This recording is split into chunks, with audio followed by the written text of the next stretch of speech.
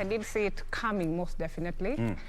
Maybe a few incidences here and there. I didn't see them coming. I expected better from Honorable Mudavadi. Yes. As the so-called presidential candidate, I expected him to appear more presidential, more of a leader than a politician that he claims to be. That is something short that we saw yesterday.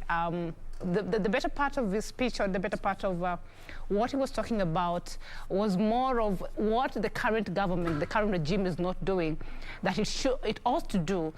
And for a minute, he's been associating so much with the president and the Right Honorable Raila Amolo Odinga. So I was wondering, why was it not very valid to him to even, take a minute or two before, before yesterday, to tell them that I feel like as a regime, you are not performing well enough, and this is something that I think ought to be done for the betterment of Kenyans. That would appear to be more genuine. Yes. And somebody who cares about the general population, which is Kenya, than just, yesterday him coming there and trying to tell us how we've sunk into the debt crisis and how Kenya has been auctioned and things like those ones. We already know we are there.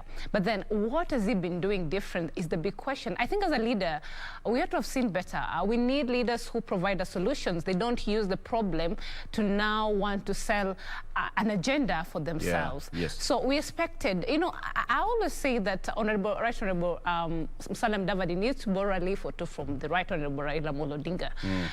You remember during the presidential announcement at Kasarani, Baba was very pronounced. It was very authentic.